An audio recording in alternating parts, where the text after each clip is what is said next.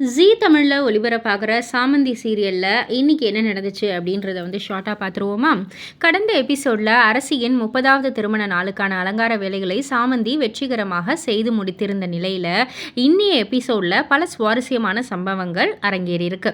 அதாவது இரவு முழுவதும் கடினமாக உழைத்து டெக்கரேஷன் வேலைகளை முடித்த சாமந்தி கடும் சோர்வால் அங்கேயே சோஃபாவில் படுத்து தூங்கிடுறாங்க.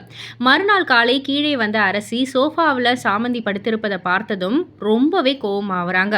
அதோடு பார்வதி, இந்த சோஃபா இங்கே இருக்கக்கூடாது, உடனே வெளியே தூக்கி போடுங்க அப்படின்ற மாதிரி சத்தம் போட வீட்டில் பரபரப்பு ஏற்படுது. அதே நேரத்தில் டெக்கரேஷனுக்காக பெயர் மட்டும் கொடுத்திருந்த நபர்கள் வீட்டுக்கு வராங்க.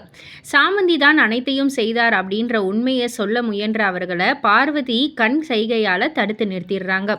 இதையடுத்து அவர்கள், நாங்கள் தான் இந்த டெக்கரேஷனை செய்தோம் அப்படின்ற மாதிரி சொல்ல அலங்காரத்தை பார்த்து மகிழ்ந்த அரசி, ரொம்ப அழகா இருக்கு, அடுத்த ஆர்டரையும் உங்களுக்கு தான் தரேன் அப்படின்ற மாதிரி பாராட்டுறாங்க. இதுக்கப்புறம் வேலைக்கான 50,000 கூலியை சாமந்தியிடம் கொடுக்குறாங்க. ஆனால் தனது நேர்மையை நிரூபிக்கும் வகையில் எனக்கு 25,000 மட்டும் போதும் அப்படின்னு பாதி தொகையை மட்டுமே வாங்கிக்கிட்டு மேலும் 1000 வாங்கி அதை அர்ஜுனின் சம்பளமாக கொடுத்து அவனையும் மகிழ்ச்சியடைய செய்கிறாங்க. அதுக்கப்புறம் அர்ஜுனை துணி கடைக்கு அழைச்சிட்டு போகிறாங்க சாமந்தி. பேரம் பேசி நல்ல துணிகளை வாங்கி கொடுக்குறாங்க. பசிக்குது அப்படின்னு கூறியதும் அர்ஜுன் பெரிய ஹோட்டலுக்கு செல்ல நினைக்கிறான். ஆனால் சாமந்தி சாதாரண தள்ளுவண்டி கடையில் கிடைக்கும் உணவின் சுவையே தனி அப்படின்னு சொல்லி அவனை பானிபூரி கடைக்கு அழைத்து செல்கிறாங்க. அங்கு 2 பேருமே மகிழ்ச்சியாக பானிபூரி சாப்பிட்டுட்டு கொண்டிருக்கும் நேரத்தில் எதிர்பாராத திருப்பம் ஒன்று நடக்குது. அரசி தனது தோழியுடன் அந்த வழியாக வராங்க. தனது மகளுக்கு ஆதவை மணமகனாக கேட்கும் தோழியிடம், வேண்டுமானால் அர்ஜுனை பார்த்துக்கலாம் அப்படின்ற மாதிரி அரசி பெருமையாக சொல்றாங்க.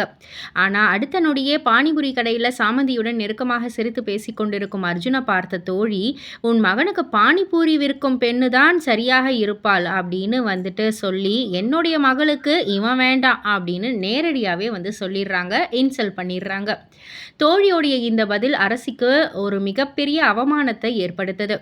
இதனால் அரசியின் கோபம் யார் மீது திரும்பும், சாமந்தி மீண்டும் சிக்கலில் மாட்டிக்கொள்ள போகிறாங்களா அப்படின்ற மாதிரி ஒரு எதிர்பார்ப்பு ரசிகர்கள் மத்தியில் அதிகரிக்குது. அரசியின் அடுத்த நடவடிக்கை என்ன, சாமந்தியின் வாழ்க்கையில் இன்னும் என்னென்ன திருப்பங்கள் காத்திருக்கு, இது எல்லாத்தையும் தெரிஞ்சுக்கிறதுக்கு சாமந்தி சீரியலில் ஜீ தமிழில் இரவு 8 மணிக்கு தவறாமல் பாருங்கள். அண்ட் இது போல் சீரியல் அப்டேட்ஸை தெரிஞ்சுக்கிறதுக்கு நம்ம சேனலையும் சப்ஸ்கிரைப் பண்ணி வச்சுக்கோங்க.